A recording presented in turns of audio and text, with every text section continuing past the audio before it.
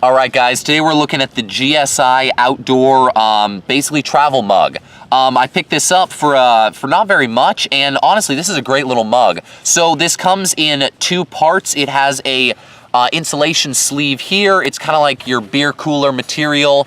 It's going to keep your stuff cold or warm.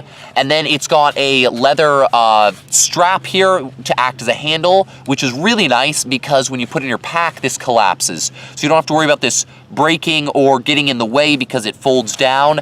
And this actually works very well to keep your material warm or cold. Then you've got the cup here. Now, as I said, this sleeve here does such a good job. I often have to take this cup out so that my tea or coffee can cool off before I drink it. But that's basically it. It almost looks like a little Tupperware container. And then you've got the little lid here that seals it in.